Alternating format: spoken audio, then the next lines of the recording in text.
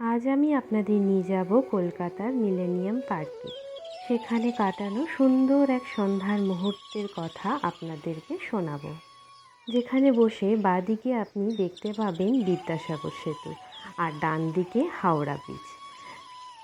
আর সন্ধ্যাবেলার এই লাইটিং দেখে আমাদের চোখ তো জুড়িয়ে গেছে। গঙ্গার বক্ষে ভেসে বেড়াচ্ছে নানান রং বেরঙের ক্রুজ।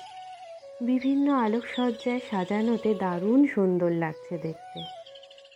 এগুলোর মধ্যে কিছু কিছু ফেরি রয়েছে নদীর এপার আর ওপার পারাপারের জন্য যাত্রীদের, আর কিছু কিছু ফেরি রয়েছে যেগুলো ভ্রমণের জন্য। গভর্নমেন্ট ফেরিগুলো যেগুলো চার্জ রয়েছে পার হেড 169 টাকা, যেগুলো আপনাকে ঘুরিয়ে আবার সেই জায়গাতেই 1.5 ঘন্টার মধ্যে নিয়ে আসবে। আর প্রাইভেট যে ফেরিগুলো রয়েছে সেগুলো সন্ধ্যার স্ন্যাক্স অথবা রাতের ডিনারের সাথে আপনাকে নিতে হবে। স্বাভাবিকভাবেই সেগুলোর রেট একটু হাই।